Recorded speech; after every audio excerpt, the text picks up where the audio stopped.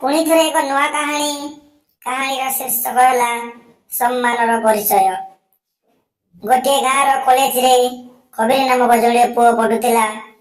कबीर पाठ पढ़ारे भल थिला, किंतु से तार किछि सांग मानक सह मिसिकी कॉलेज रो झिया मानकु कमेंट करिबा एवं सेमानकु चिड़ेबा को निजर बहादुरी भाबुथिला।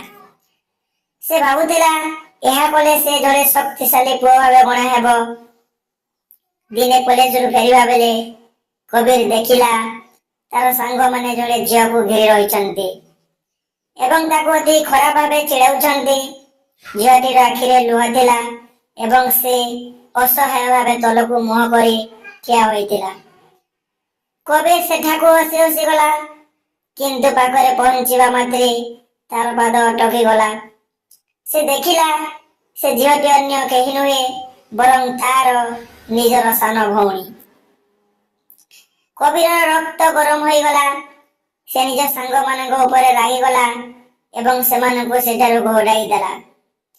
घर को आसीबा बाटरे से देखिला तार भौणी कि भली भयरे थरुची। से दिन रातिरे कबीर सोई पारिला नाही। से निजको प्रश्न कला, आज मो भौणी सह जहा हैला सेदिपे मु एते रागिली काहेकि? जेतेबेले मु अन्य झियंक सह एमिति करे सेमानक भाईबा बापांकु कोन एमिति कष्ट हेउ नथिबो।